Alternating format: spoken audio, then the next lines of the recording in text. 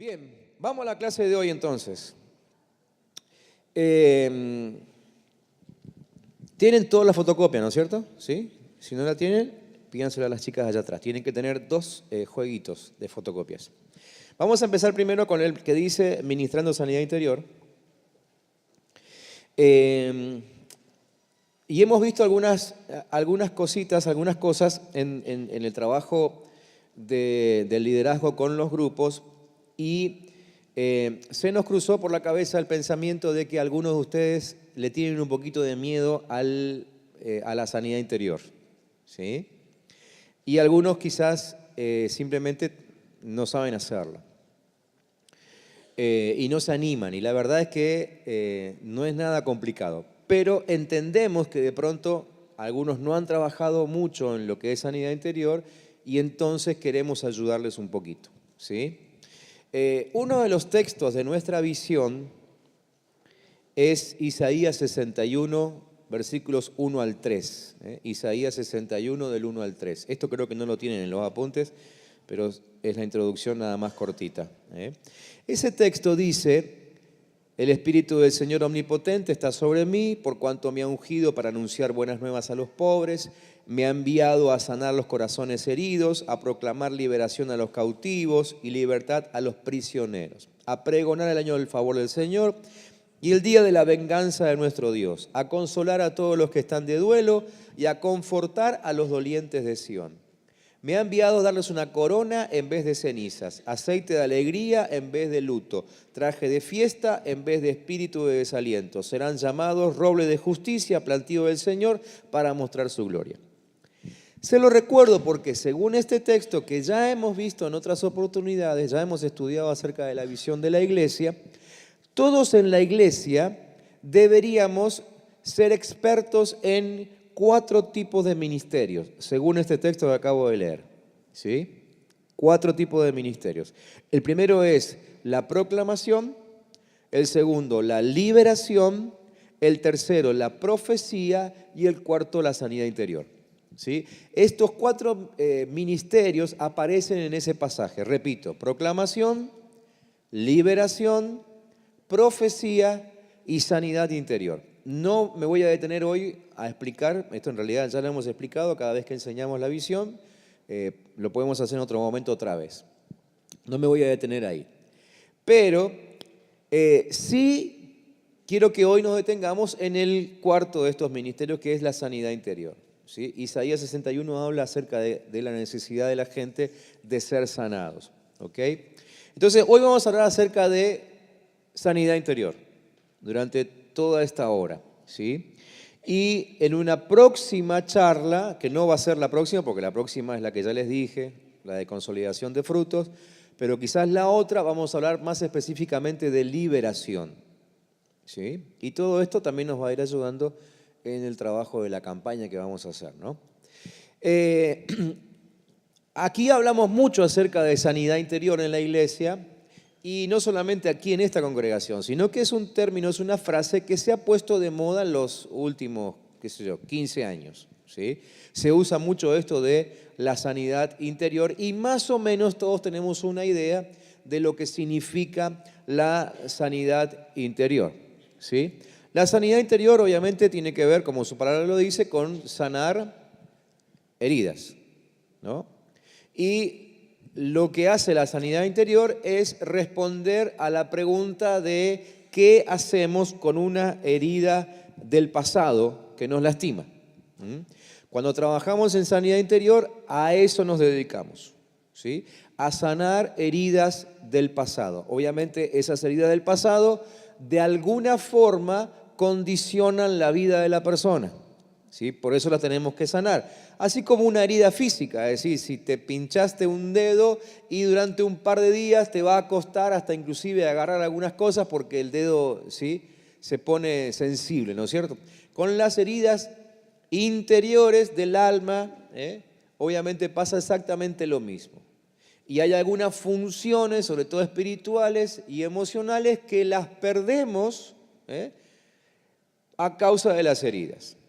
Funciones que perdemos a veces por siempre, ¿no? Si no sanamos la herida, ¿no? Podemos estar toda la vida con algunas cosas sin hacer a causa de las heridas del pasado.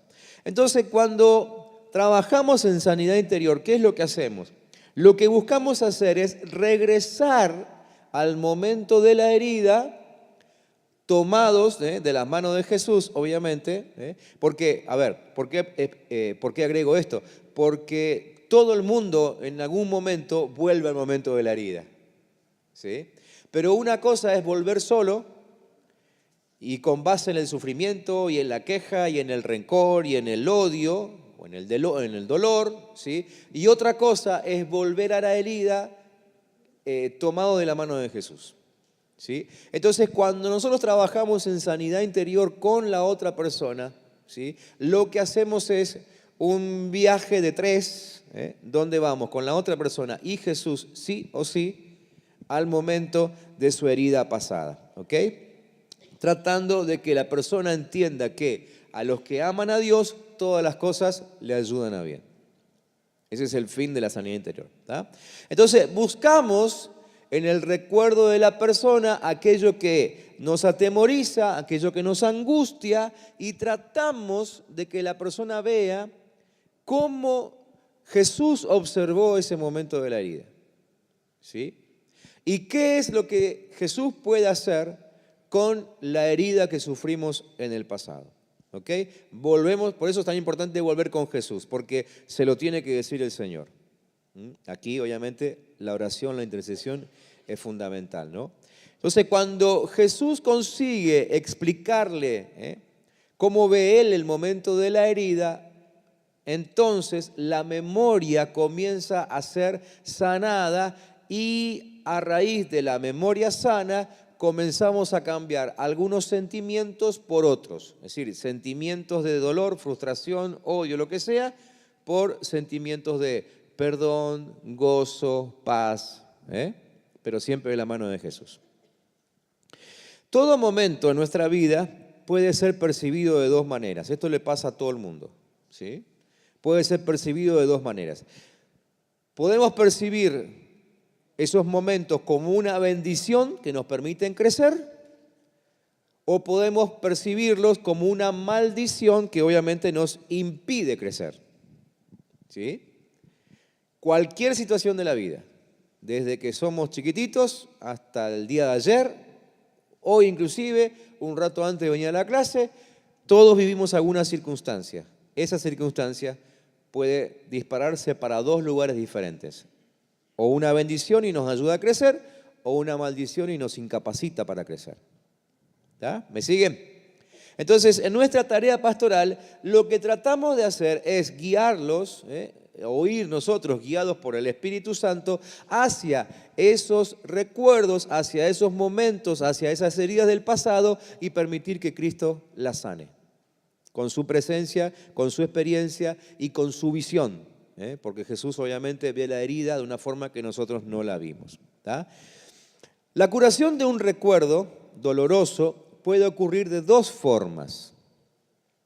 Puede ocurrir de forma instantánea o puede ocurrir de modo proceso, por medio de un proceso, ¿no? La forma instantánea de resolver el asunto es orando por la persona, ¿sí? Es decir, por ejemplo, como pasó este domingo, hay mucha gente que pasa al frente a ser ministrada, alguien ora por esa persona e instantánea y milagrosamente recibe sanidad de algún recuerdo doloroso del pasado. Esa es una forma en que podemos ser sanos, ¿sí? La otra forma de ser sanos es a través de un proceso. No les puedo decir, no tengo estadísticas de cuál de las dos se da más, ¿sí? Lo único que sé es que las dos funcionan. Esto es como con una herida física también, ¿no? Hay heridas físicas que prácticamente se sanan al toque, a lo mejor de un día para el otro una herida se cicatrizó y ya está y no nos molesta más, ¿sí? Y hay otras heridas que demandan un proceso y a lo mejor estamos 6 meses con curaciones y demás, ¿no es cierto? Lo mismo, exactamente lo mismo, pasa en el aspecto espiritual. Y voy a comparar durante esta noche muchas veces lo físico con lo espiritual para que podamos entender cómo funciona, porque es prácticamente igual, ¿tá? Entonces, en este proceso, Hablo de la segunda. La primera es fácil, se resuelve orando y ya está. De eso no vamos a hablar. En todo caso hablaremos el día que hablemos de intercesión. Pero hoy vamos a hablar de la segunda forma de ser sanos, que es la del proceso. ¿Sí? En ese proceso nosotros observamos distintas instancias que se van dando. Primero, tendemos a negar el daño. Empezamos a decir, no, a mí no me pasó nada, en realidad no fue nada, quédate tranquilo, está todo bien. ¿Sí? Conocemos esas frases, ¿no es cierto? ¿Sí? Es la etapa de la negación. Ahora vamos a hablar de eso. En segundo lugar, comenzamos a enojarnos y a echar la culpa a los demás por habernos lastimado. Esa es la etapa del enojo. Tercero, la etapa de la culpa, que es cuando empezamos a culparnos a nosotros mismos por haber permitido que nos lastimaran. ¿Sí? Por ejemplo, una persona que es víctima de una violación, primero dice, no, está bien, estoy bien, qué sé yo, y después empieza el dolor, ¿no es cierto? Entonces pasa a la segunda etapa donde está enojada con su agresor. Y después pasa a una tercera etapa donde está enojado consigo mismo por no haberse defendido diferente, ¿no? Empiezan los pensamientos como, ¿a quién se le ocurre? ¿Cómo se me ocurrió pasar por ese lugar? ¿Cómo voy a andar de noche a esa hora? Un montón de cosas, ¿no? Entonces, tercera etapa, la culpa contra uno mismo. ¿Ah? Y la cuarta instancia es la etapa de la sanidad, que es cuando somos capaces de poner en las manos del Señor nuestra herida. ¿Sí? Bien, vamos a ir parte por parte enseguida. En medio de todo esto, necesitamos reconocer 4 emociones centrales que ustedes siempre van a encontrar cuando estén ministrando gente. 4 emociones centrales de las enfermedades emocionales. ¿Sí? Hay 4 emociones que tienden a estar en el centro de las 10 neurosis más importantes conocidas. 4 más importantes, que también están en el centro de las inestabilidades de cualquier persona. Y esas 4 emociones son ansiedad, temor, ira y culpa. En general, ustedes van a trabajar con estas 4 cuando hagan sanidad interior con alguien. Ansiedad, temor, ira y culpa. Entonces, si estas emociones se entierran, producen inestabilidad emocional. ¿Okay? Pero si se las trabaja espiritualmente, se obtiene sanidad. Ahora, es interesantísimo que estas 4 emociones, que son reconocidas por los más grandes psicólogos, inclusive los que han escrito libros como Freud y Adler, por ejemplo, psicólogos conocidos, estas 4 emociones son las primeras 4 emociones negativas que encontramos después de la caída en el Génesis. ¿Sí? Son las 4 emociones que aparecen en Caín después de haber matado a Abel. ¿Sí? No nos vamos a detener en eso hoy, pero si ustedes quieren pueden avanzar y fijarse después, y algún día quizás podamos hacer un estudio sobre eso. Pero son las 4 emociones que aparecen inmediatamente después de la caída, no es casualidad, ¿no es cierto? O sea que la base de las enfermedades neuróticas tenga que ver con las 4 primeras emociones que aparecen después que el pecado ingresó en el mundo. ¿Sí? Entonces vamos a ir trabajando ahora con esas 4 emociones a través de las 4 etapas. 4 emociones, ¿cuáles son? Muy bien, ansiedad, temor, ira y culpa. Y 4 etapas, ¿cuáles son? Negación, enojo, culpa y sanidad. ¿Ya? Bien, vamos a ir relacionando una cosa con la otra. En la etapa de la negación, ¿sí? En todas las etapas hay dolor, excepto en la última cuando es la sanidad, ¿no es cierto? Pero en todas las etapas hay dolor. Pero en la etapa de la negación es interesante que, claro, como uno niega el dolor necesita manifestarse de alguna forma. ¿Cómo se manifiesta? A través de la ansiedad. Entonces, en la primera etapa, en la etapa de la negación, el dolor se manifiesta a través de la ansiedad. La ansiedad es ese sentimiento de perturbación emocional que no tiene un objetivo preciso. ¿Vieron? La mayoría de la gente que está ansiosa, ustedes le preguntan, ¿por qué estás ansioso? No sé, la verdad que no sé. ¿No? Pero y se refriega las manos y se acomoda el pelo y cierra y abre los ojos y se levanta y camina y se sienta. ¿Sí? Eso es un ansioso. Y la gran mayoría de los ansiosos no saben por qué están ansiosos. Es una manifestación de un dolor que están ocultando. ¿Sí? Hay un dolor adentro que quizás consciente o inconscientemente todavía no lo reconocen porque están en la primera etapa, la de la negación. ¿Sí? Entonces se manifiesta a través de una ansiedad, ¿no? Es más, algunos a ese estado de ansiedad le atribuyen un malestar físico. Pues dicen, estoy tan ansioso que me duele la cabeza. Es que en realidad ese dolor es el dolor que está tratando de negar. ¿Sí? Tiene que ver con esa negación. Entonces la negación, al tratar de sepultar aquello que nos duele, provoca una perturbación, provoca una ansiedad. A medida que uno va identificando los temores, la ansiedad empieza a disminuir. ¿Sí? Hagan la prueba, si quieren, con ustedes mismos. ¿Sí? Si se sienten ansiosos. Entonces los temores disminuyen conforme uno va trabajando con el enojo y con la culpa, que son las dos etapas que siguen, ¿no? ¿Qué son los temores? Los temores son emociones ante fuentes reales o potenciales de frustración, ¿sí? Nosotros tenemos temor cuando suponemos que algo nos va a salir mal. Entonces estamos por hacer un viaje, por ejemplo, y empezamos a suponer que el viaje no va a ser bueno. Como que vamos a romper una cubierta o que vamos a tener un accidente. Empezamos a tener temor. Es una fuente potencial de frustración. ¿Sí? O por ejemplo, tengo temor no sé, el grandote del barrio.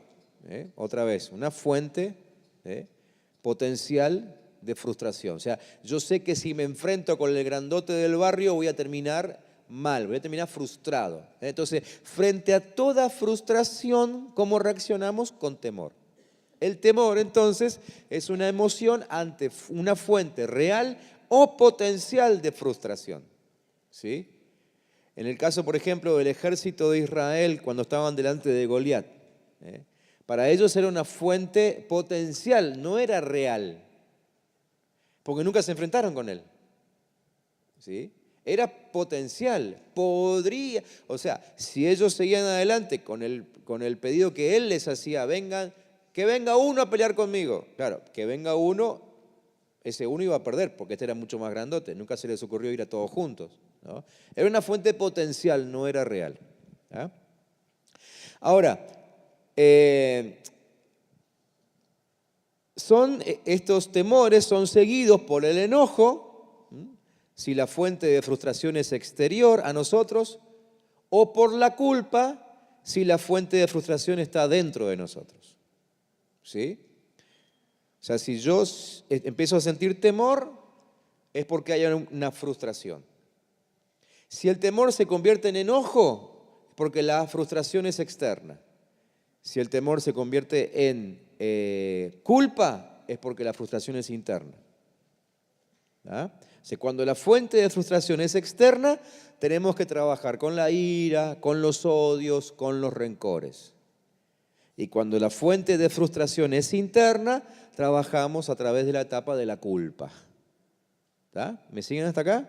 ¿Vamos bien? ¿Sí? ¿O voy demasiado rápido? Igual casi todo lo tienen escrito, ¿eh? Yo traté de dejarle lo máximo posible para que les quede un buen apunte ahí, ¿no? Entonces, al ir enfrentando el enojo y la culpa, los miedos y las ansiedades empiezan a disminuir. ¿Sí? Repito, cuando enfrento enojo y culpa, miedos y ansiedades empiezan a disminuir. ¿Tá? Y hay una prueba que ustedes pueden hacer con la gente a la que atienden en cuanto a esto. Cuando ustedes ven que la persona empieza a poner ya menos condiciones para perdonar, es porque están avanzando bien. ¿Sí? Ahora sí vamos a hablar acerca de las condiciones para perdonar y van a ver que si el enojo y la culpa son demasiado altos, las condiciones para perdonar también son muchas. Pero cuando empieza a bajar la condición y la gente empieza a decir, bueno, sí, la verdad que sí, debería perdonarlo. Bueno, lo voy a perdonar. Eso quiere decir que están avanzando por encima del enojo y de la culpa y la ansiedad. Y el temor están descendiendo. ¿Está? Entonces, en resumen, la sanidad de los recuerdos se trabaja a través del enojo y la culpa hasta que el temor y la ansiedad que nos mutilaban van convirtiéndose en un don, en un regalo, en un obsequio. Por eso decimos que tenemos que llevar a Jesús al lugar del recuerdo doloroso. Porque entonces Jesús, y solamente Él, le puede mostrar que la herida que sufrió le va a servir como un elemento para ministrar a otros. ¿Sí? Es ahí cuando la persona empieza a entender que aunque fue doloroso, Jesús lo guardó y ahora esa herida puede transformarse en una fuente de bendición para otros. ¿Sí? Se revierte. ¿Sí? Algo que para mí era totalmente negativo, ahora con la presencia de Jesús allí, se transforma en algo que me potencia, se hace positivo, me hace útil, ¿sí? Y puedo servir. ¿Me siguen? ¿Está? Bien. Les puse ahí también en el apunte que dentro de las herramientas que podemos usar, quizás una de las mejores herramientas que podemos usar para la sanidad emocional es el Padre Nuestro, ¿no? Porque en el Padre Nuestro, vieron que Jesús enseñó a orar, perdona nuestras deudas como nosotros perdonamos a nuestros deudores, ¿sí? Entonces, tanto nuestras deudas como nuestros créditos espirituales y emocionales constituyen una fuente de frustración que provoca temor y ansiedad. Pero cuando empezamos a perdonar y a recibir perdón, el enojo, la frustración empiezan a bajar, Entonces, en el Padre Nuestro, fíjense, solamente trabajando con el Padre Nuestro, con la persona con la que ustedes están atendiendo y orando esa oración conscientemente, la persona puede empezar a bajar los niveles de frustración, ¿sí? Entonces, la clave para tratar con las 4 emociones centrales que están por detrás de la mayor parte de la neurosis está en el perdón bilateral.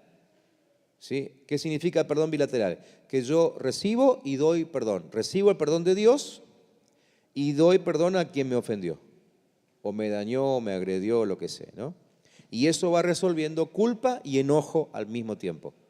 ¿Está? La culpa para conmigo, el enojo para con el otro. ¿Bien? Vamos a la etapa de la negación. Todo lo que yo les estoy dando es la parte teórica, como para que ustedes tengan algún conocimiento, después pueden repasar tranquilamente, y ni bien termine yo con esto, vamos a ver la parte práctica, que lo va a hacer Marina, y le vamos a mostrar cómo podemos ir trabajando con las personas a través de preguntas bien concretas. Entonces vamos con la etapa de la negación. La negación siempre se presenta acompañada de mecanismos de defensa, ¿sí?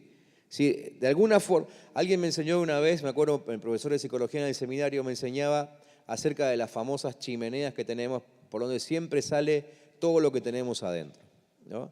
Entonces, aunque lo neguemos por algún lado, va a salir lo que hay adentro, ¿sí? Por algún lugar.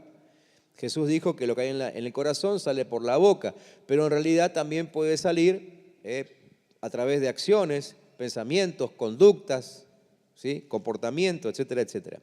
Entonces, la negación siempre se va a presentar acompañada de mecanismos de defensa, ¿sí? Y de modelos de pecado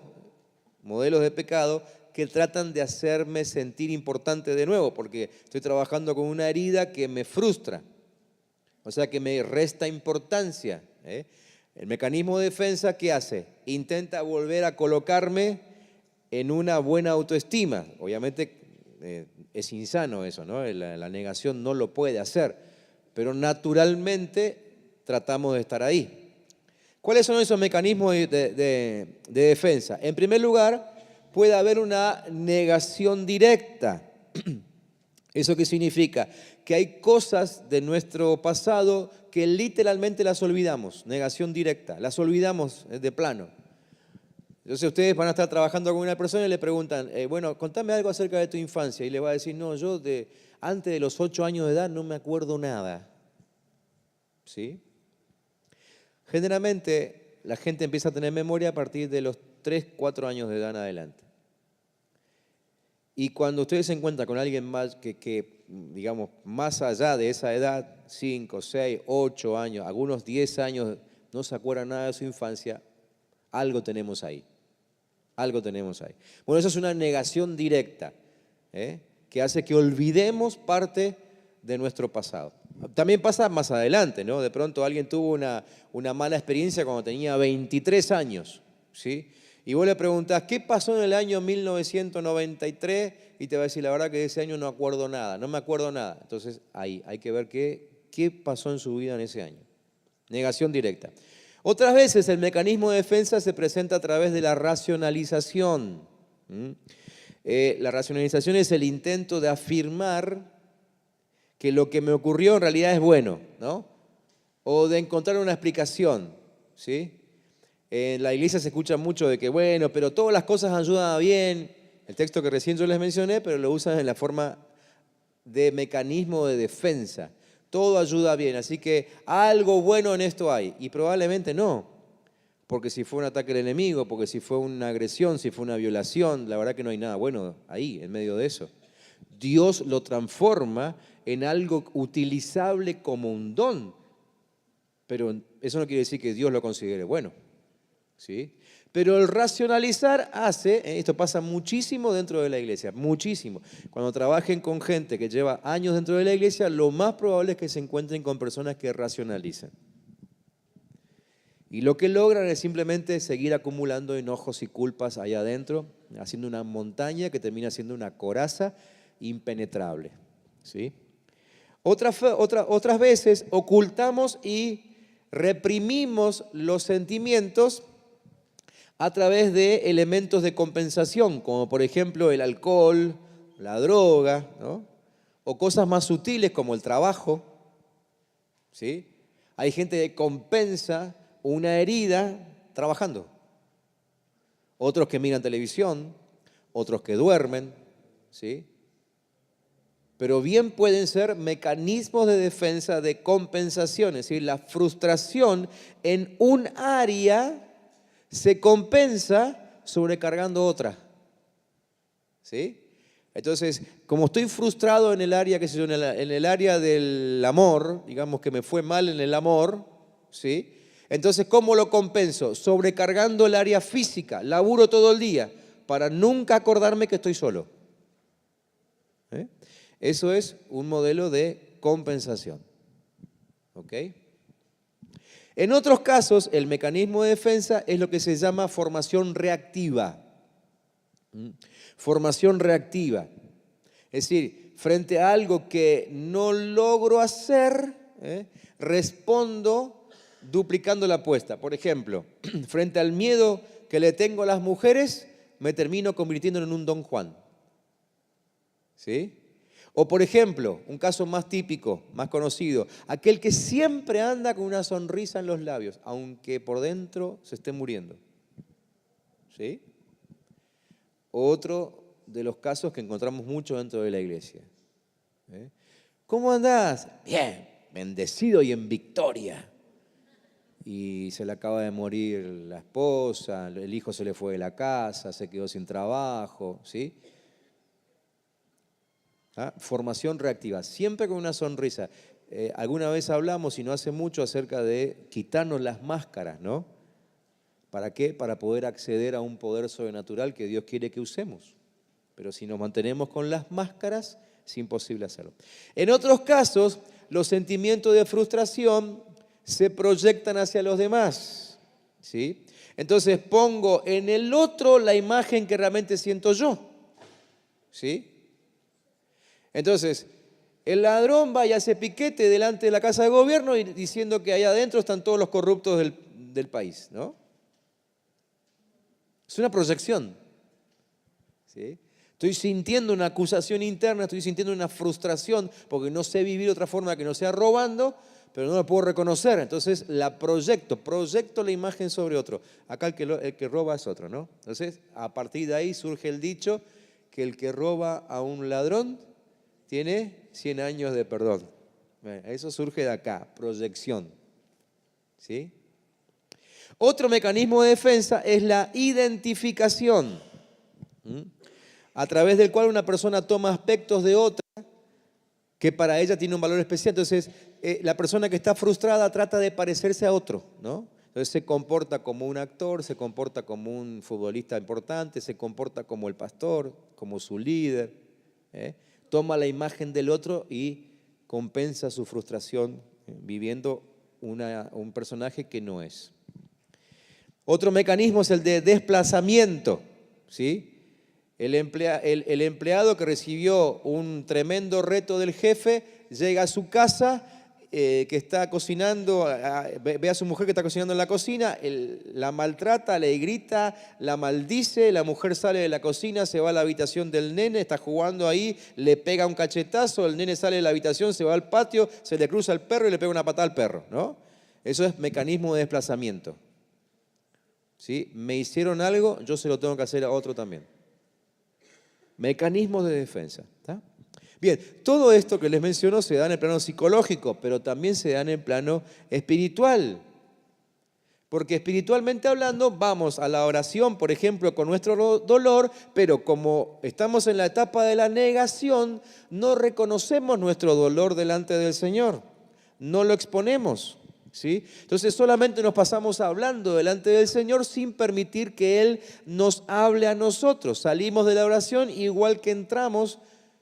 Entonces me voy frustrado y empiezo a creer lentamente que la oración no sirve para nada. Que con la oración no logramos nada y empiezo a dejar de orar. ¿Sí? Todo esto por la negación. Entonces proyectamos sobre Dios nuestro sentimiento de no ser importantes. Empezamos a pensar de que Dios a nosotros no nos considera importantes. Y como yo pienso que Dios a mí no me considera importante, yo empiezo a considerar que Dios tampoco es importante. ¿Sí? Entonces ya empiezo no solamente a abandonar la oración, sino que ahora también abandono la adoración. Y si no oro ni adoro, no tengo motivo para encontrarme con mis hermanos. Dejo de asistir a las reuniones, al grupo de crecimiento y en poco tiempo ya la iglesia fue parte de mi historia. ¿Sí? Cuando Dios no me parece importante, yo empiezo a sentirme inseguro, porque claro, mi única fuente de seguridad es Dios. Pero ahora Dios ya no es importante para mí. Entonces empiezo a sentir inseguridad.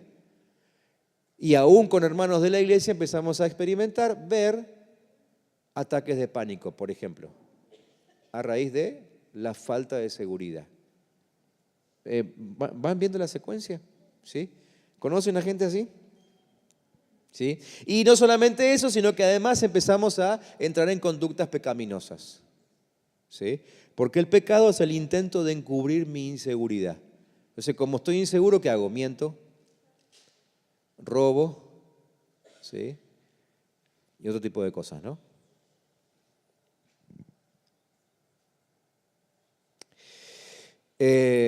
Bien, vamos a ver si avanzamos un poquito más rápido. Empezamos a orar entonces con la persona, ¿sí? Y lo que hacemos es, no buscamos hurgar en el pasado de la persona, ni que la persona lo haga, sino que permitimos que sea el Espíritu Santo el que traiga luz. Por eso es tan importante el tiempo de oración con la persona, ¿no? Y que sea el Espíritu que le empiece a mostrar esas heridas, ¿no? No tratamos de escarbar ni explorar hasta llegar allá a lo más profundo de nuestros sentimientos. Esto no es psicoterapia ni nada por el estilo, ¿no? Es simplemente permitir que Cristo Jesús empiece a entrar en la vida de esa persona y llegue hasta ese recuerdo, ¿tá? Entonces la persona, a través de la oración, le puede decir al Señor lo que siente, expresa su enojo, ¿sí? Se concentra en el sufrimiento presente hasta que el Señor trae al recuerdo todas las heridas que estaban ahí ocultas detrás de la capa de la negación. Cuando permitimos que la persona se exprese en oración ante el Señor, es totalmente diferente a cuando yo le digo, bueno, contame, a ver, ¿para qué estamos acá? Nosotros a veces con el afán de terminar rápido la entrevista decimos, bueno, contame, ¿en qué te puedo ayudar? Y nos puede contar, pero podemos demorar mucho más tiempo. Si en cambio decimos, vamos a orar, decile al Señor, ¿por qué estás acá? Les aseguro que en 30 segundos la persona está llorando y el Espíritu Santo ya empieza a trabajar y a meterse hasta la misma memoria de la persona, trayendo cosas al recuerdo para empezar a sanar. ¿Está? Entonces las emociones, ustedes van a ver emociones que empiezan a manifestarse. Eso es así, tiene que ser así. Cuando una emoción es sincera, el físico comienza a sufrir cambios. De hecho, yo les diría que si no ven algún cambio físico en la persona mientras están orando, no paren de orar. Tiene que haber un cambio físico, una lágrima, un sacudón, algo. El físico se entera de que las emociones están siendo tocadas por el Espíritu Santo, ¿sí? Así que sigan adelante. Tampoco estamos esperando grandes manifestaciones, las puede haber, pero no estamos esperando eso. Estamos esperando simplemente que la persona de alguna forma empiece a expresar físicamente lo que está pasando adentro. ¿Está? ¿Vamos bien? Bien, vamos a la segunda etapa, la etapa del enojo. Y los cristianos son expertos en negar el enojo, ¿no? No, ¿enojado yo? Nada que ver. Nos educaron con la tendencia a reprimir el enojo, pero eso no es ni bíblico ni saludable. El pecado no consiste en enojarse, ¿sí? De hecho lo dice la Biblia en Efesios, ¿no? Enójense, pero no pequen. Entonces el pecado no consiste en enojarse, el pecado consiste en la manera en que manejamos el enojo. El pecado consiste en acumular enojo hasta convertirlo en hostilidad, en odio, en rencor, ¿sí? Y cuando llegamos a ese punto es cuando empezamos a herir a otros con nuestro enojo, con críticas, con mal humor, con otras manifestaciones, faltas de amor, ¿sí? Entonces sentir enojo es sano, pero actuar con hostilidad es enfermizo y pecaminoso, ¿sí? El enojo es como una señal roja en el tablero del auto, ¿no? Que me indica que me estoy quedando sin aceite y que si sigo así va a explotar. Entonces, cuando estoy enojado, paro, me hago atender, ¿sí? Entonces, el enojo lo necesito, ¿sí? Necesito una manifestación de enojo que me avise que alguien me hirió, si no seguiría adelante y me haría torta contra la primera pared que me encuentro, ¿sí? Entonces el enojo no es malo, lo que es malo, lo que es pecaminoso es el cómo manejo el enojo, ¿sí? Y el acumularlo. El enojo inclusive me ayuda a amarme y me lleva a amar a otros, así que a través del enojo voy llegando a eso, ¿sí? Así que no descartemos el enojo ni reprimamos el enojo. Sí, controlemos cómo lo estamos experimentando, ¿no? Las heridas más profundas son provocadas por los más cercanos. Por eso cuando atendemos a la gente, lo primero que hacemos es concentrar nuestra atención en relaciones con personas cercanas, como padres, cónyuges, hijos, ¿sí? Primero ahí, las personas que más queremos, porque son las que producen heridas más profundas. O sea, por lo menos nos duele más cuando estamos ahí. Y conducimos a que la persona empiece a perdonar al que le hizo mal de la manera que Cristo la perdonó a ella. Dice la Biblia, perdón, que perdonemos así como Cristo nos perdonó. ¿Y cómo nos perdonó Cristo? Cristo nos perdonó sin condiciones. Entonces tenemos que llegar a perdonar sin condiciones. El objetivo es que la persona llegue a decir, te perdono aunque me vuelvas a hacer lo mismo. Generalmente decimos, te perdono, pero nunca más me vuelvas a hacer lo mismo. Eso es una condición. Cuando tengo condicionamientos es porque todavía no estoy listo para perdonar. O por lo menos no estoy perdonando. Pero cuando yo puedo decir, te perdono aunque me vuelvas a hacer lo mismo, ¿sí? Entonces sé que realmente alcancé la etapa del perdón. ¿Ok? ¿Vamos bien? Las condiciones, algo interesante, que les marqué creo que en la hoja ahí, hacen las veces de rayo X. Las condiciones que ponemos a veces para perdonar son como una especie de rayos X, porque las condiciones que nosotros soltamos en realidad están reflejando lo que nos está pasando a nosotros, ¿sí? Entonces ustedes cuando están atendiendo a personas que les ponen condiciones para perdonar, esa persona no lo sabe, pero en realidad se está vendiendo sola, porque está mostrando lo que hay en su corazón, ¿no? Y les permite a ustedes seguir trabajando hasta que no haya ninguna condición. Las condiciones indican cuáles son mis puntos fuertes que se volvieron orgullo, ¿sí? pero también manifiesta mis áreas débiles. ¿Tá? Bien, vamos a la etapa de la culpa. Cuando yo consigo atravesar la etapa del enojo y ya alcancé a perdonar a los demás, pero todavía no llegué a la sanidad, lo que pasa en el medio es que entro en una etapa de culpa. Así que perdoné al otro, ahora me tengo que perdonar a mí. ¿Sí? Porque en la etapa del enojo contra otros, ustedes después lo pueden leer en sus apuntes, van a ver que inclusive trabajamos para que entienda que al que lo agredió, también alguien lo agredió alguna vez, es decir, que hay causas por lo cual te agredió, etcétera, etcétera. Terminamos perdonando al que nos agredió, pero ahora yo me echo culpas a mí de por qué me dejé agredir. ¿Sí? Tercera etapa entonces, la etapa de la culpa. ¿Sí? Y la culpa y el enojo generalmente vienen acompañados de depresión. La depresión es un enojo introyectado, o sea, un enojo hacia adentro. Eso es depresión. ¿Sí? Y el ciclo de depresión se rompe cuando usamos la oración de confesión. Cuando empezamos a confesar, empieza a romperse la depresión. ¿Qué es el mejor remedio para una persona deprimida? La oración de confesión. ¿Qué es el mejor remedio para una persona airada, enojada? La oración de perdón. ¿Sí? ¿Ven la diferencia? Para el enojo, oración de perdón. Para la culpa, oración de confesión. ¿Sí?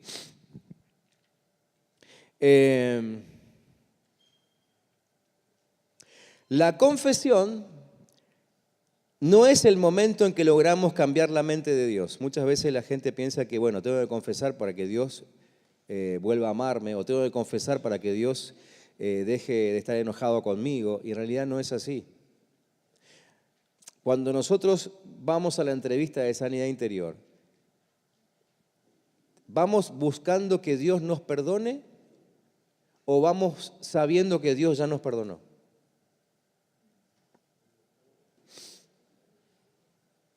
O sea, sobre tu pecado de hoy, ¿Dios ya te perdonó? ¿Sí o no? ¿El de ayer te perdonó? Sí. ¿Y el de mañana? Entonces, la confesión no es la búsqueda de lograr el perdón de Dios, ni de que Él cambie su manera de pensar acerca de mí. La confesión es el momento en que mi mente cambia, ¿sí? Yo cambio, mis pensamientos cambian y acepto el perdón de Dios. La confesión entonces es el momento en que yo entiendo que Dios ya me perdonó hace muchísimo tiempo, inclusive antes de crearme. ¿Sí? Eso es la confesión. ¿Sí? Entonces la confesión no es para alcanzar perdón, la confesión es para aceptar perdón. ¿Quedó claro eso? Eso es muy importante, no solamente para la gente a la que atienden, sino aún para ustedes mismos. ¿Está?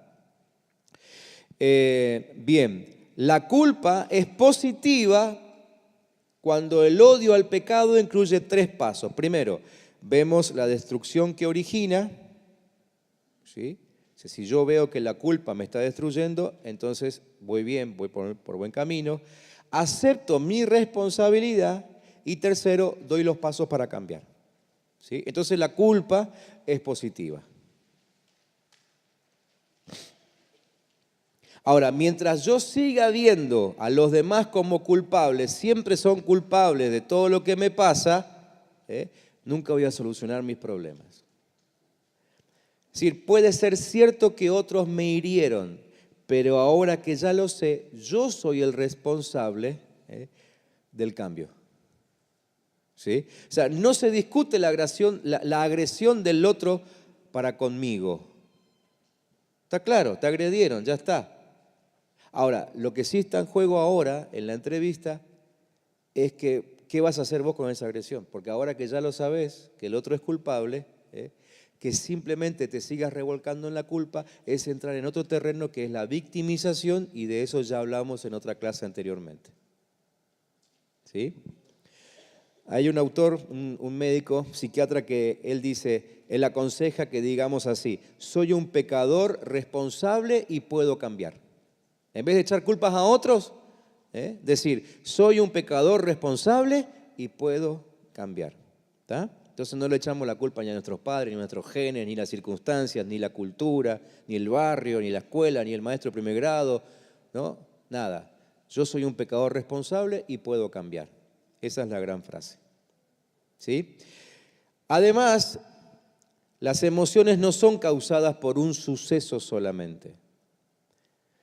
La gente tiende a poner la culpa en un solo suceso. Lo que pasa es que cuando tenía 5 años, mi papá me dio un cachetazo y a partir de ahí nunca más fue el mismo. Eso no es cierto. Eso es un mito. ¿Sí? Nadie es como es a causa de un solo suceso, sino que el suceso tiene que ver con distintas condiciones que se dieron en ese tiempo, aún inclusive por la perspectiva del suceso. ¿Sí? Me acuerdo que una vez yo estaba acostado en mi cama, yo era chiquito, y por ahí escucho que mi mamá grita, ¿sí? Y salen con mi papá, con un vecino, y la llevan al médico. Y yo me hice la película de que mi papá le había pegado a mi mamá. Y claro, cuando vuelve dice, no, lo que pasa que, haciendo chistes, fíjense, el tema de los chistes, ¿no?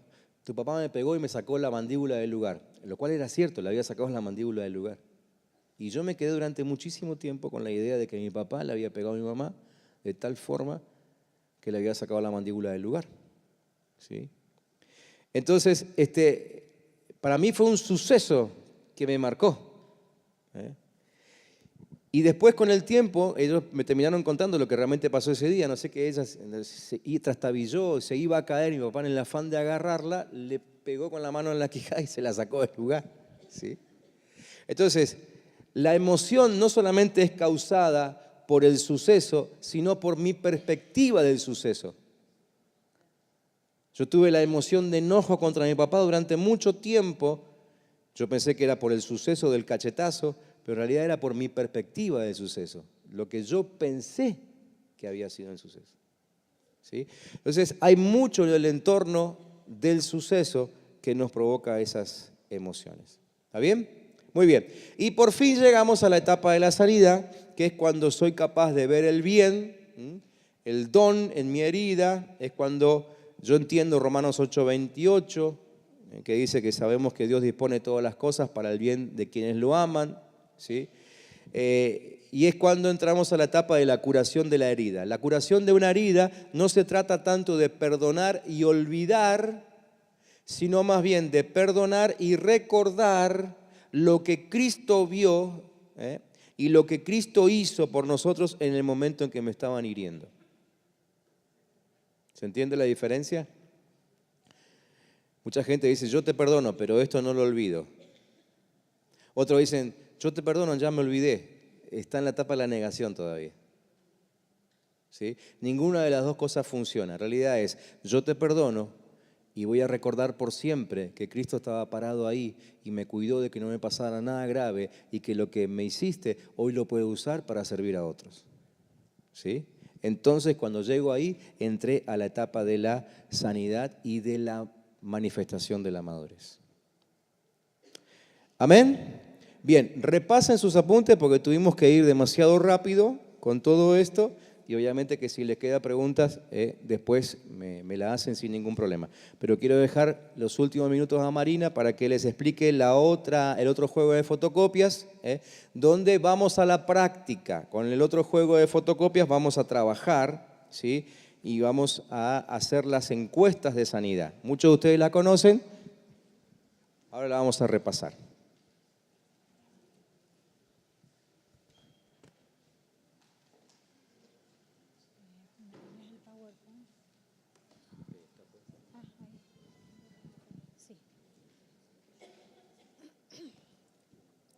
Buenas noches.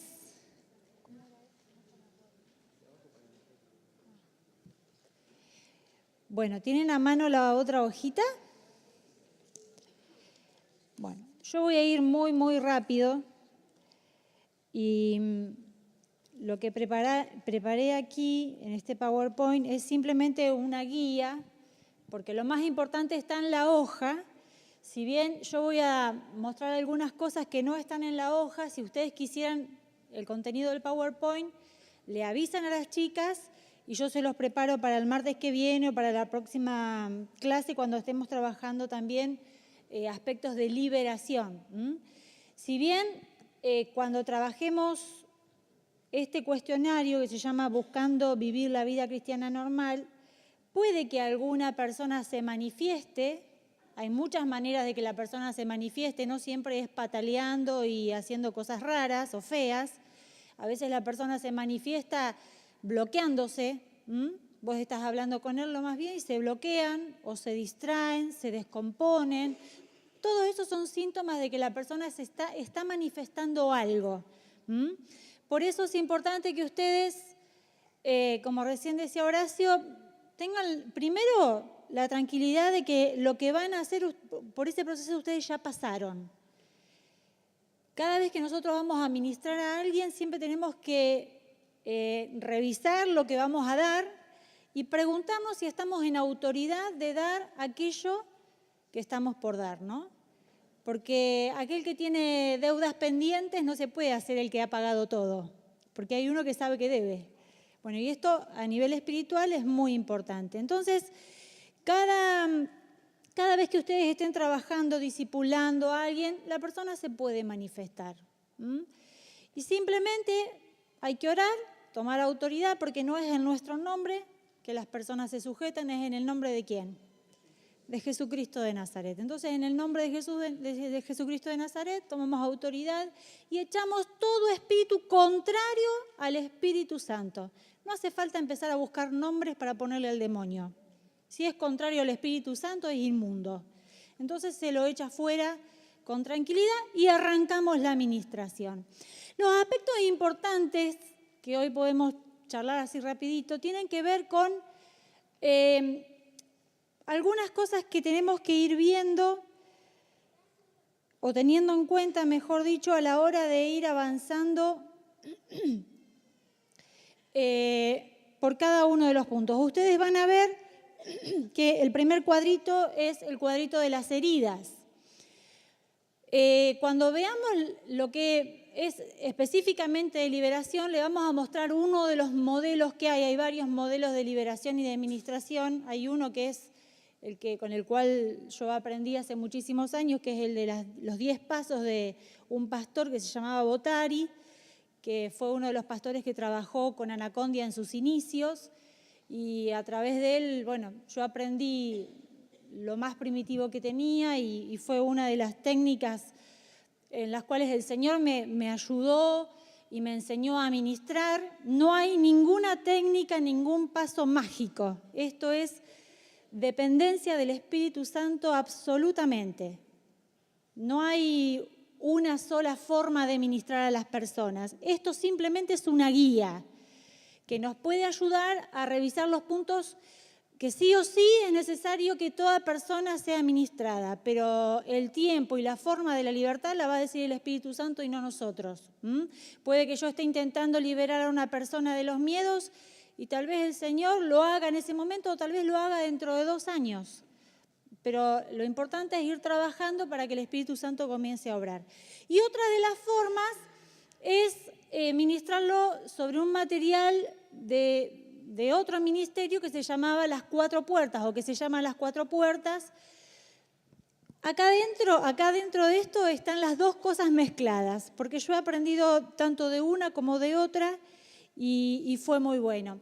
Por eso arranqué con el cuadrito que dice heridas, y ustedes, como recién Horacio fue hablando de algunas cosas de estas, son los recuerdos traumáticos de la infancia, abuso, rechazo, violencia, accidentes, bueno, y todo lo que ustedes escuchan siempre en los encuentros cada vez que participan. Hay 2 maneras por las cuales la gente es herida, ¿sí? Y hay muchas maneras, digo, pero hay 2 maneras básicamente que nosotros necesitamos arrancar la administración. En primer lugar, mostrando el amor del Señor. 1 Corintios 13 dice que puedo tener los dones más preciosos, puedo saber, pero si no tengo amor, no sirve de nada. Nosotros al ministrar a una persona herida no podemos ir a provocar otra herida, ¿sí? Con exigencias, con palabras duras, con avergonzando a la persona? En primer lugar, siempre con amor, como nos gustaría que nos hablen a nosotros. ¿Sí? Es como cuando vas, no sé si alguna vez te pasó, ¿no?, al hospital a que te curen una herida. No querés que ni te toquen, pero sabés que te tienen que curar. Bueno, con la persona herida emocionalmente pasa lo mismo. La persona es como que no quiere que le preguntes cosas, como que no quiere, pero en realidad lo necesita y está necesitando que lo hagas. Entonces, primero de manera amorosa, vamos a indagar qué es lo que pasó en la infancia. Siempre es recomendable ir a la raíz, porque si vamos a ministrar por qué se ofendió hoy la persona, vamos a estar toda la vida preguntándole por qué se ofendió, porque todos los días va a tener un motivo para ofenderse. Pero si vamos a la raíz de la ofensa, es muy probable, es casi certero, que esa herida nació en la infancia. Y vamos a tratar de hacer un hilo conductor de cómo fueron sucediendo los hechos en su vida, específicamente en esta área de las heridas emocionales y traumáticas. Y el segundo punto que tengo que tener en cuenta es que no tengo que tener miedo a preguntar. Obviamente que las primeras veces, si nunca hiciste un trabajo de ministración con alguien, te va a dar pudor, te va a asombrar lo que escuches. Bueno, vos tenés que poner cara de amor, nada más. Como si estuvieras escuchando cosas que ya sabés de toda la vida. Sin espantarte, sin poner dolor, sin largarte a llorar con la persona, a menos que el Espíritu Santo te deje hacer eso. Vos acordate que en ese momento sos la persona de Jesús para esa persona herida. Y esa persona recurre a nosotros porque somos representantes del reino, somos embajadores del reino.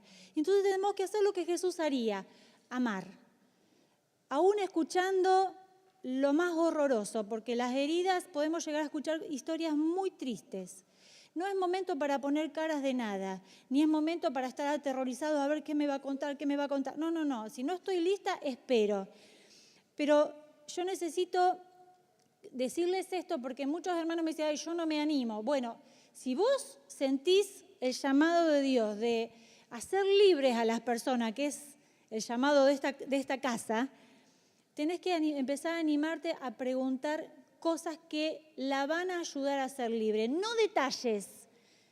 Ahora vamos a ver algunos puntos específicos. No necesitamos detalles.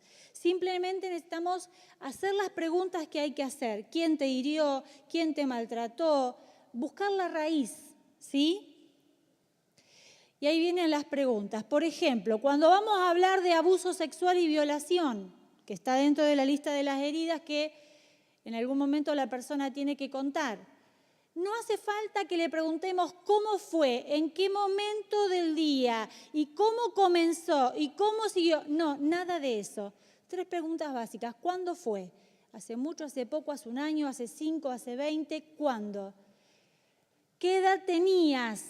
A la persona le preguntamos, porque según la edad, el trauma, según la cantidad de años que lleva con ese recuerdo, es la cantidad de años que sigue trabajando o reviviendo ese recuerdo, y es lo que más lastima. ¿Y quién te abusó? Puede que vos digas, bueno, son preguntas re fáciles de que la persona conteste. Puede que no. Depende de quién es el abusador o depende del trauma, puede que la persona ahí se trabe. Bueno, cuando se traba, bueno, empezamos de nuevo. Vamos a orar y vamos a pedirle al Espíritu Santo que te ayude y vamos a empezar a construir esto que está como desordenado en la cabeza, en las emociones, para que el Espíritu Santo te sane. Nosotros no podemos sanar a nadie, solo el Señor lo hace. Y en esto tengo que insistir, porque hay personas que dicen, te abusó, ¿y cómo fue? No, el cómo fue no se pregunta, porque es exponer a la persona, avergonzarla, y no necesitamos detalles. Recuerden que nuestra mente tiene que estar todo el tiempo renovada, porque necesitamos el fluir del Espíritu Santo. Yo no me puedo ir en los detalles.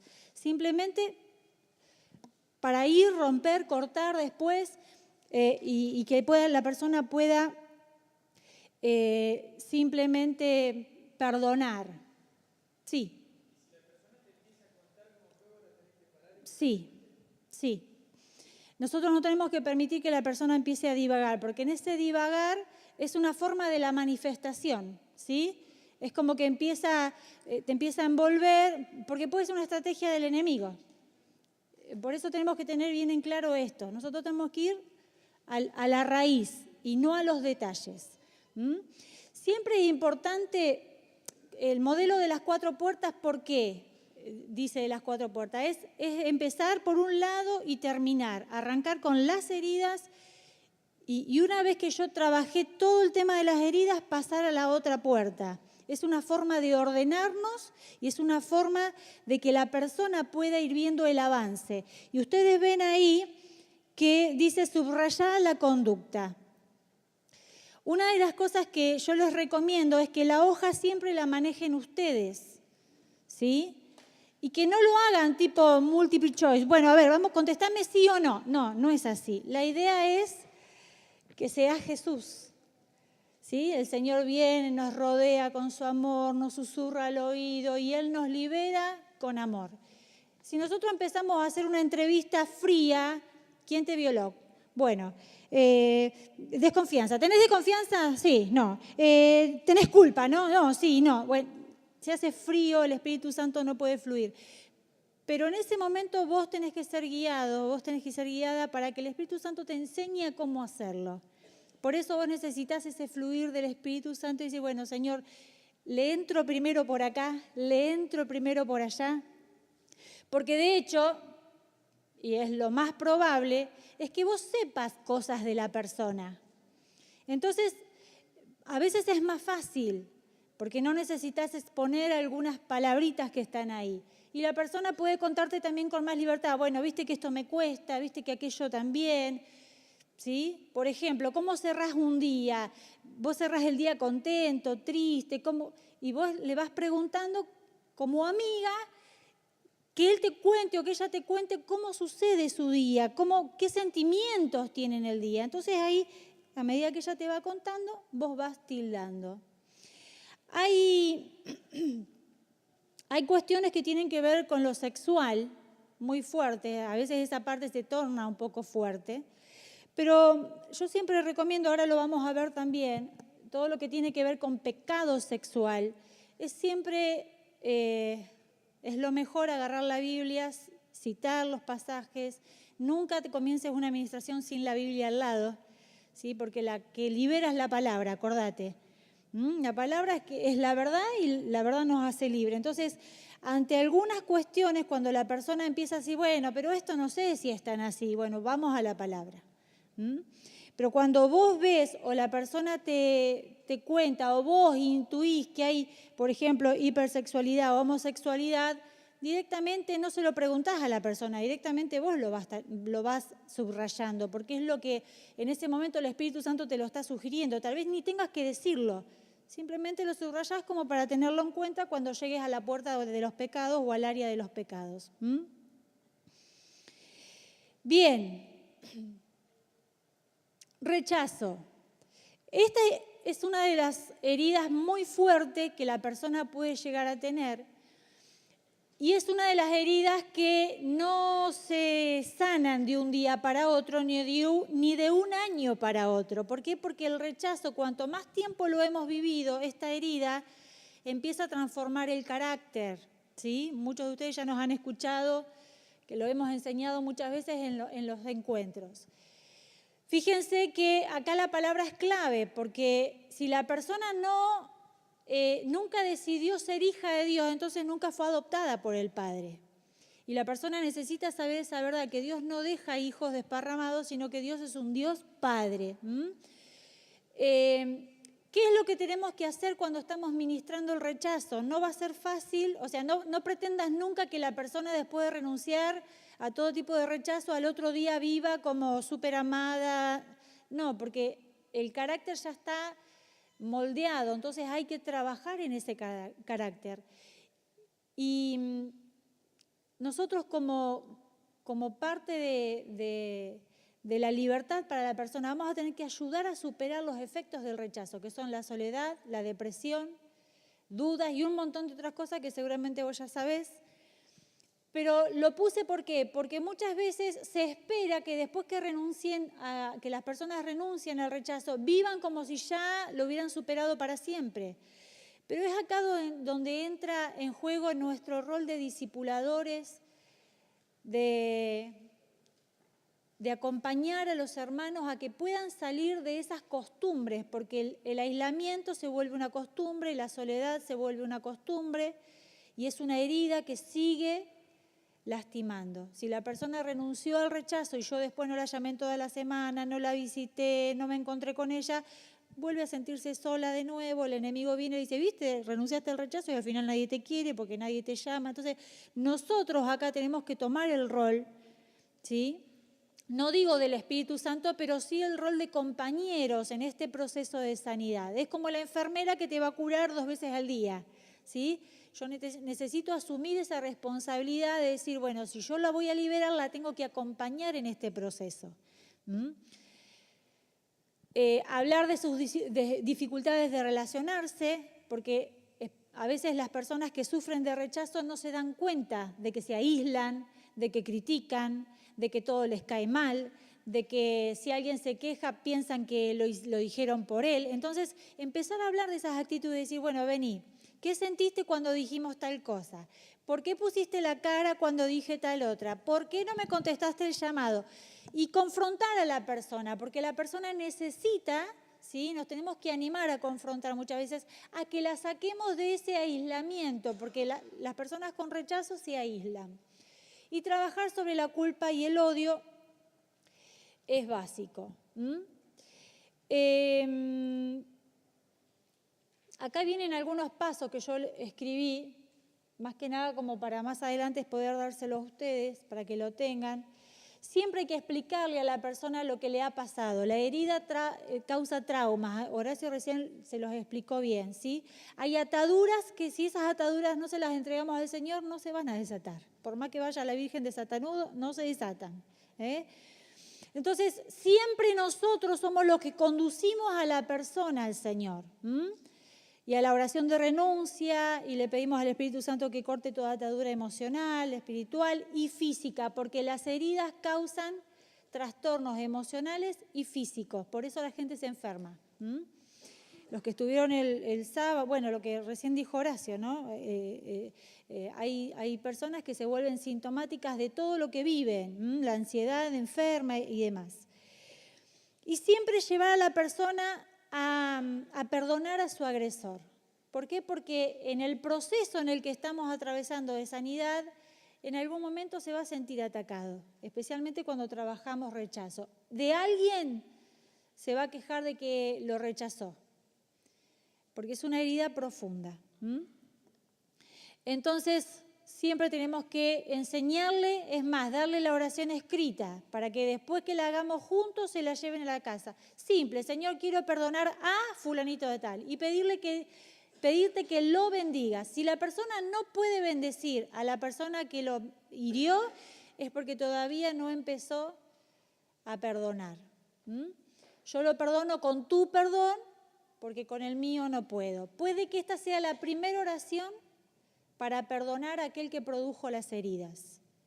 Va a llegar un momento donde la segunda parte de la oración ya no la vamos a hacer porque la persona va a empezar a bendecir con sinceridad a la otra persona que la hirió y va a empezar a hablar de otra forma en la oración. Eso es lo que nosotros tenemos que lograr. Esta es en la primera instancia. El acompañamiento, bueno, es lo que recién les decía, tiene que haber un acompañamiento, que esto no se los voy a leer todo para que... Esto después se lo podemos dar escrito. Saquen fotos, lo que quieren sacar fotos. Pero tiene que ver con el acompañamiento después de que renuncia, después de que pide perdón, después que abre su corazón para que el Señor lo sane. Vamos al segundo punto, pecados. Bueno, acá en la hoja lo tienen al final. Yo lo puse acá. Y acá específicamente todo el tiempo este aspecto o esta área de la persona es confrontativo. ¿Por qué? Porque acá se confrontan actitudes, acciones, hechos específicos. Entonces, siempre está bueno arrancar leyendo la palabra y ver qué dice Dios acerca del pecado. Y ahí les dejé algunos pasajes, hay un montón más que los pueden buscar, pero en estos dos, Están los pecados que tienen que ver con las relaciones interpersonales y los pecados sexuales, que son los dos pecados por ahí más grosos, por así decirlo, con los que la gente cae. Después tenemos pecados de idolatría y demás que están pueden ustedes buscar esos textos. Señalar al aconsejado la importancia de confesar sus pecados por nombre y en voz alta. Él cuando pecó o ella cuando pecó lo hizo públicamente probablemente, ¿sí? O por lo menos cometió acciones. El mundo de las tinieblas se enteró que pecó porque hizo algo, dijo algo, escuchó algo. Bueno, de la misma manera hacemos la confesión, en voz alta y delante de un testigo. Santiago dice, confiesen sus pecados unos a otros, ¿sí? El que esté enfermo sanará y sus pecados serán perdonados. ¿Se acuerdan todo ese pasaje, no? Bueno,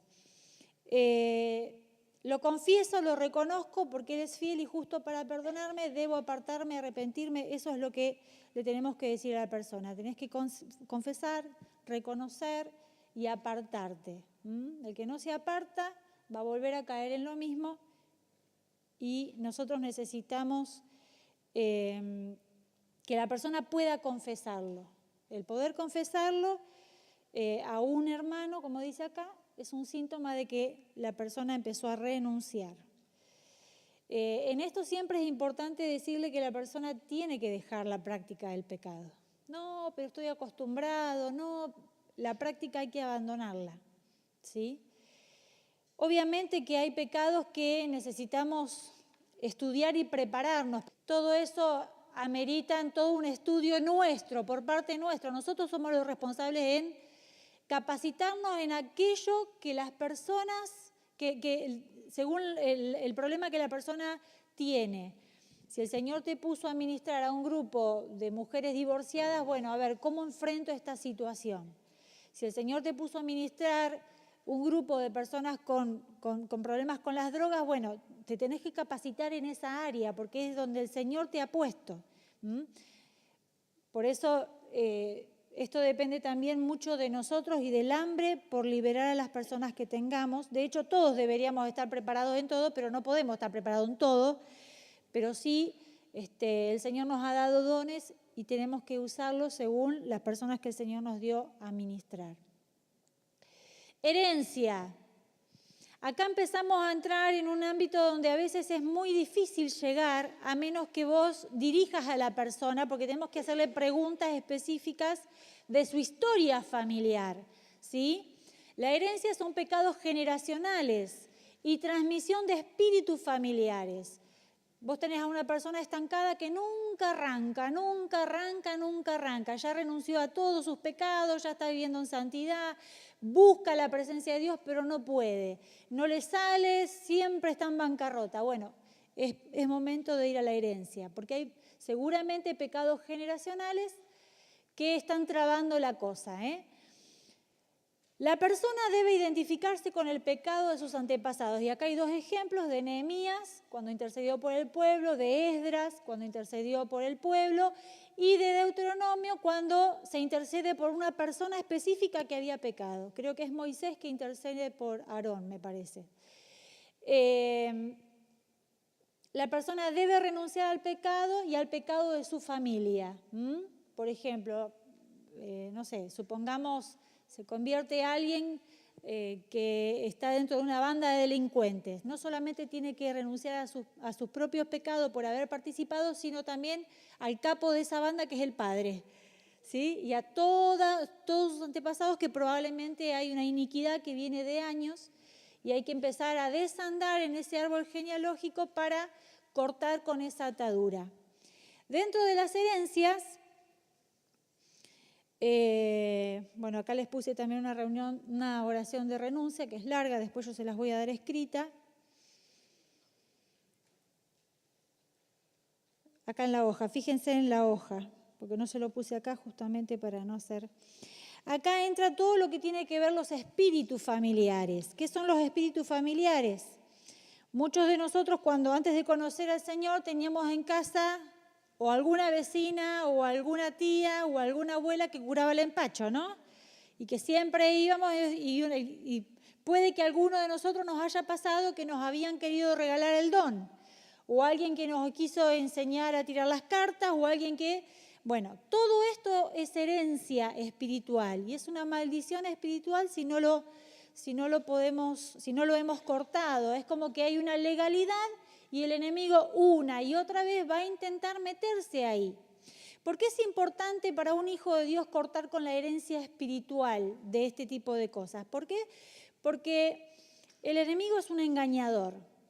Y si alguien de antemano nos quiso dejar el legado espiritual de poder curar el empacho, tirar las cartas o lo que sea, es como que no, ahí se abrió la puerta al enemigo en todo lo que tiene que ver con el misticismo. Ustedes vieron que hay muchas personas místicas este último tiempo, ¿no? Y cada vez más. Bueno, porque hay un área espiritual que está abierta. Bueno, y acá hay un montón de cosas, ustedes lo van a ver. Tiene que ver desde las actitudes, las conductas, personas violentas, situaciones de accidentes, pobreza. Bueno, todo esto hay que ir llevándolo a la oración de renuncia. Y fíjense que la oración de renuncia, a ver dónde lo tengo, yo se los leo, dice, Señor, renuncio a la práctica de. La persona tiene que decir qué es lo que practicó de todo eso, si tiró las cartas, si, no sé, todo lo que está escrito ahí, que ahora no me lo acuerdo todo. Que mis padres, abuelos, antepasados practicaron, y es importante hacer la lista, ¿sí? Que la persona pueda. Esto no lo vamos a poder hacer de una sola sentada, porque puede que la persona se haya olvidado de algunas cosas. Y el Espíritu Santo le va a ir mostrando. Rompo en el nombre de Jesús toda atadura espiritual que Satanás ha traído a mi vida por esta práctica y ahí vuelvo a nombrar, lo hago en el nombre de Jesús. Bueno, y ahí se le pide al Espíritu Santo que quite toda práctica oculta heredada. ¿Se acuerdan de la oración de David? Señor, líbrame de los pecados que me son ocultos. Nosotros tenemos que aprender a orar así también, porque puede que alguna legalidad haya en esta área y necesitamos ponerla delante del Señor, aunque nosotros desconozcamos de ella, ¿no? Adoro y exalto tu nombre. ¿Por qué es importante esto de adoro y exalto tu nombre? Si la persona no puede adorar y exaltar el nombre de Jesucristo y se traba o empieza a bostezar, es porque se está manifestando. ¿Qué hay que hacer? Llamar a la persona, hacete el dormido, José, o hacete el que estás con sueño. Entonces, ¿qué hacemos? Vamos a la persona y tomamos autoridad y le damos la orden al espíritu de José. No, José, porque está dormido. En el nombre de Jesús, José, volvé en sí. Volvé en sí, y mira qué obediente que ella volvió en sí. ¿Qué buscamos? Que la persona se despierte. Entonces le preguntamos, ¿estás bien, José? Sí. ¿Qué sentiste? ¿Qué sentiste? Una orden que te dijeron que te duermas. En ese momento, no se escandalicen si les pasa eso. En ese momento, el Señor está con ustedes. En el nombre de Jesús, eso no es en nuestro nombre. ¿Sí? Le decimos al Espíritu José, vuelve en sí. Y bueno, a ver, ¿qué pasó cuando dijimos esto? ¿Te agarró sueño? ¿Bostezaste? No, es como que me dormí. Bueno, ahí sabemos que hay algo que él seguramente tiene que indagar un poquito más para poder renunciar. Volvemos a repetir de cero la oración de renuncia hasta que podamos avanzar. Si cada vez que queremos avanzar se duerme o algo pasa, volvemos a la lista. Y si no encontramos algo acá que nos ayude, empezamos a orar. Como decía Horacio, oramos hasta que el Señor muestre. ¿Sí? Acá en la lista hay algunas cosas de las que hemos aprendido, pero no está todo. Las personas han practicado muchas cosas que nosotros ignoramos. Muchas veces puede que te pase que cuando estés orando con la persona, que la persona se está manifestando y no sabes qué, te venga alguna palabra rara que vas a decir, ¿qué es esto? ¿Qué es esto? Una vez nos pasó, ¿cuándo fue, Chana? La primera vez en la escuela. Estábamos orando y el Señor me dice estupor. Yo no sabía que era estupor. Y empezamos a orar, y estupor es un espíritu que ata la mente, que te bloquea y que no te permite recibir información y verdades nuevas. Claro, después de esa administración oré obedientemente, pero no sabía de qué estaba orando.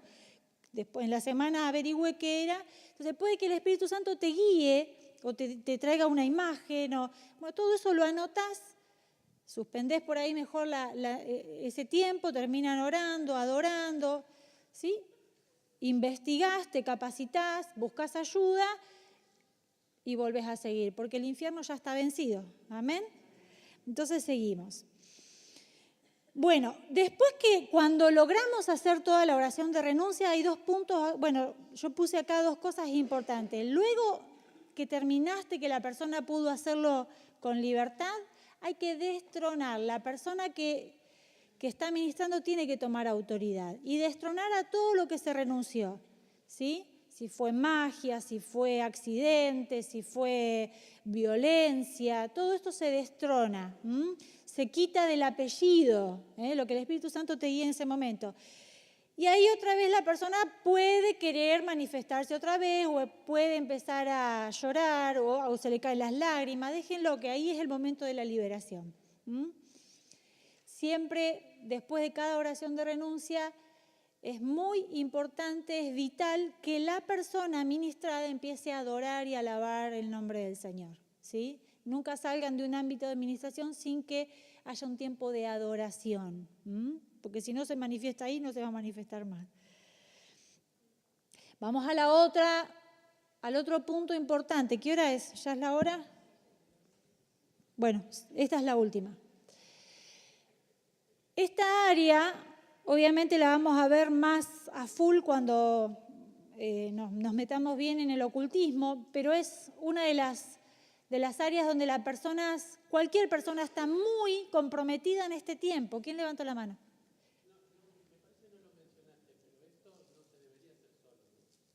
No, después, ahora lo digo.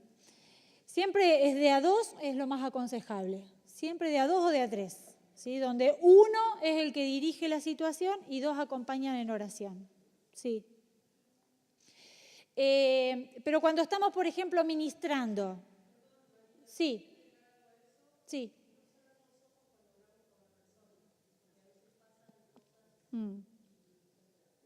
Sí, nosotros hoy lo que queremos hacer es trabajar sobre lo que es sanidad interior. Pero puede pasar esto, que la persona se manifieste. A mí me pasó, yo estaba discipulando a una chica y se bloqueó y no había forma. Y no es que se manifestó con violencia, no, simplemente se bloqueó, no podía hablar, enmudeció. Y estábamos haciendo un discipulado. Entonces, te puede pasar. Especialmente, como recién te decía, muchos de las personas hemos llegado, yo me incluyo, con mucho ocultismo, ¿sí? Porque es lo que se ofrece, buscando a Dios uno hace cualquier cosa. Entonces, acá tenemos que indagar qué es lo que la persona hizo, qué practicó, o en qué cree, a dónde iba, a qué culto, de dónde recibía la fuerza o lo que sea que ella recibía, ¿sí? Hay que indagar. Y acá también, acuérdense que siempre lo hacemos con amor, no vamos a darle garrotazo a nadie porque se fue al otro lado, ¿no? Es con amor porque estamos liberando a la gente. Y indagamos si hubo involucramiento en lo sectario. La persona no sabe que es una secta y puede estar metiéndose en un lugar que es una secta. Indagamos si la persona fue víctima de trabajos o si la persona realizaba los trabajos por encargo, o si era cómplice o aprendí de algún brujo, de algún curandero, ¿sí? No, porque yo te voy a enseñar a hacer esto y vas a ver que te funciona. Yo muchas veces lo he contado, pero cuando yo iba a un parapsicólogo, me habían dado un amuleto. Y él me decía, vos tenés que hacer esto, esto y esto, cuando te pase esto. Y yo lo hacía, obviamente. Era inocente, no sabía lo que estaba haciendo, pero estaba haciendo hechicería. Porque te dicen, es como los que cuelgan la herradura, poné la herradura así. Cuando el día está lluvioso, ponela así. Es lo mismo que la riestra de ajo detrás de la puerta y todas esas cosas. Todo eso es hechicería y es ocultismo. Entonces, hay que indagar. Vos en tu casa, detrás de la puerta, ¿qué tenés colgado? Las personas que andan re mal económicamente. Bueno, indaguen. Cuando van a la casa de los hermanos, fíjense que tienen colgado detrás de la puerta. Y ahí se van a dar cuenta. Y también indagar el grado de posesión de esta área ocultista en la vida de las personas. Cuando se acuerdan en Marcos 9:25, ¿qué había pasado? Había un espíritu mudo y sordo que ataba a un niño, ¿sí? Había otro que les hacía dar golpes fuertes, dice la Biblia. Bueno, los espíritus enferman, traen trastornos al cuerpo, como al gadareno que casi lo mata, lo hacía andar desnudo, bueno, en fin. Pueden que muchas de las actitudes de las personas que se congregan con nosotros no las entendamos porque de repente no es la persona, hay un espíritu trabajando en la persona. Por eso cada vez que comiences tu grupo de crecimiento, hermano y hermana, orá. Y en el nombre de Jesús, todo espíritu contrario al Espíritu Santo de Dios se sujeta al Espíritu Santo de Dios. No empezamos con los nombres, porque el de acá, el de allá, el de arriba, el de abajo. No, todo espíritu contrario al Espíritu Santo de Dios. ¿Por qué? Porque la persona llega cargada, como lo que decía Horacio hoy, y en las reuniones se percibe y algunas cosas se ven. Entonces es importante, aún en los tiempos de intercesión, Señor, oramos, sujetamos todo lo que el enemigo envió al grupo, al líder, a los pastores, a la reunión, lo anulamos. En el nombre de Jesús se anula, no en nuestro nombre, en el nombre de Jesús. Y le preguntamos a la persona, ¿y en tu casa se duerme bien? ¿O se mueven cosas? ¿O se prende la luz? Bueno, a ver qué grado de posesión en las cosas materiales hay. ¿Por qué se rompe todo en tu casa? ¿Por qué cada vez que pones un ladrillo acá se cae el techo allá? Porque a veces hay manifestaciones por los pactos que se han hecho ellos o sus antepasados. Acá volvemos a las herencias o a esa área que hablamos hoy. Porque puede que la persona nunca haya ido a un curandero, pero la abuela era una bruja o practicaba la magia negra o lo que sea. Entonces, esta área está comprometida. Acá, tener en cuenta algunos aspectos importantes durante la administración. Antes de arrancar con el cuestionario o durante, siempre tenés que tener en cuenta esto. Nosotros siempre lo vemos en los encuentros, en los retiros. Los espíritus perciben la administración y hace que a la persona le suceda de todo. Se les rompa el auto antes de venir. ¿Cuántos saben de esos testimonios? ¿No? Iba al encuentro y le pasó esto. Iba a la iglesia y me cayó gente. Bueno, entonces los espíritus perciben y los espíritus trabajan. Mientras que nosotros creemos que los hermanos están viniendo contentos al templo, están haciendo de todo para frenarlos, ¿no? Lo mismo pasa en la misma administración. Estás queriendo hablar con la persona que vas a ministrar y en ese momento empieza con malestar, se siente incómodo, escuchó un ruido, lo llaman por teléfono de todos lados, dolores repentinos, desmayos, ¿Cuántas veces se nos ha desmayado gente y decimos, uy, se desmayó, se descompuso en la reunión, la tuvimos que llevar de urgencia, ¿no? Puede que ese día se comió todos los ravioles de la fuente y le pasó, pero desmayos, pensamientos. Esta es un área muy, muy fuerte donde el enemigo ataca, ¿sí?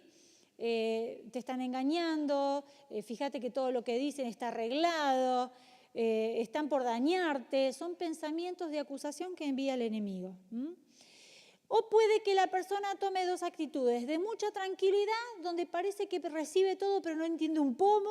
¿Por qué? Porque tiene una laguna importantísima adentro y hay un espíritu de estupor que ata la mente, la anula.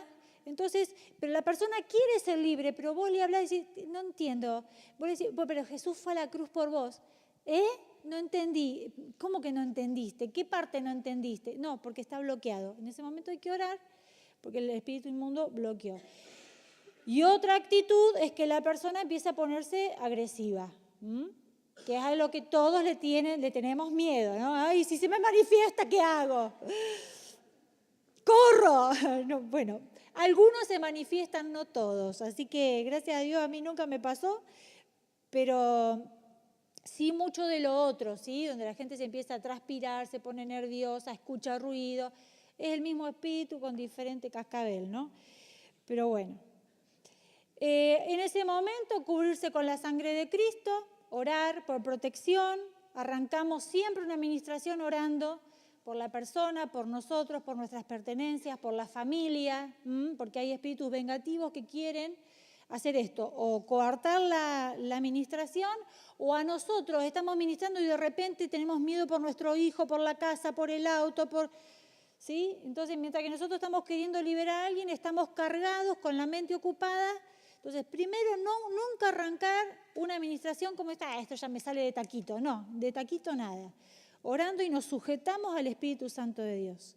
Y cubrimos con la presencia del Señor la vida de nuestro cónyuge, bueno, todo eso. Muy importante siempre ponerte en acuerdo. La Biblia dice que todo lo que ates en el cielo será atado. Bueno, acuerdo. Preguntarle a la persona, ¿estás dispuesta a renunciar a todo esto que recién me contaste? Porque si vos no estás dispuesto a renunciar y a dejar el pecado, no podemos hacer nada. Si vos no ves que hay una convicción del Espíritu, no arranques, porque le vas a hacer un mal a la persona, te vas a cargar vos. ¿Sí? Orar para que, que el Espíritu Santo traiga arrepentimiento, pero siempre arrancar en acuerdo. Y explicarle a la persona que la renuncia es pública, otra vez. Esto no se hace. Ay, ¿por qué tengo que hacerlo con los ojos cerrados? ¿Y por qué tengo que decirlo en voz alta? ¿Y por qué tenemos que hacerlo en ese cuartito de allá si yo quiero hacerlo allá? Y la persona es como que quiere empezar a darte directivas de cómo hacerlo. No. Acá la autoridad soy yo porque el Señor me ha puesto en este lugar como autoridad. Y si vos no me reconoces como autoridad, no podemos arrancar la administración. Las cosas se van a hacer como yo te diga, ¿sí? Otra vez, no con un pensamiento de autoritarismo, sino de amor y de orden. Cuando recién Esteban preguntaba cuántas personas, puede que algún día estés solo porque justo vino, cayó, oraste y te contó lo que le pasaba, pero siempre que vamos a ministrar a alguien en acuerdo, es importante que seamos 2 o 3. Y siempre uno solo es el que tiene que comandar o dirigir, mejor dicho, la ministración. Y los otros 2 de apoyo.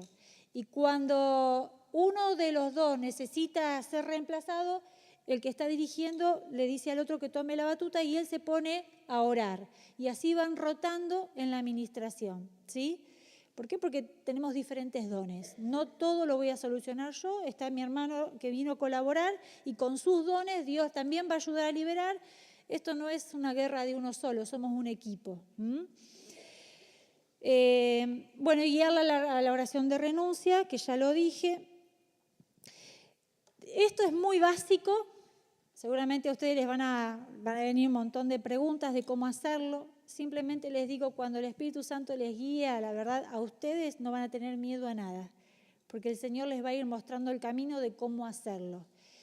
Lo más importante para el Señor son las personas y que las personas sean libres. Por eso el Señor les va a mostrar, si ustedes están en santidad, si ustedes están en sujeción, si ustedes están en orden y van a hacer una administración, el Espíritu Santo va a correr como un río y les va a decir cómo hacerlo. Por más que se quiera manifestar, ustedes van a atar, van a sujetar, van a enmudecer y el Espíritu va a obedecer, porque si ustedes son obedientes y están en orden, el enemigo se tiene que sujetar, ¿sí? Eso enseña la Biblia y se cumple. Esto no quiere decir que voy a andar sujetando demonio a todo el mundo ahora. No, esto es un proceso de liberación que tiene que ser serio, ¿sí? Porque esto no es una profesión, esto lo hacemos por amor y lo hacemos por un reino. Y estamos extendiendo el reino y estamos avanzando cada vez que logramos que ayudamos a que una persona sea libre, porque el reino de Dios se va a poder manifestar más claramente. Bueno, la próxima vamos a ver si podemos avanzar específicamente con lo que es liberación, algunos detalles, algunos puntos más importantes.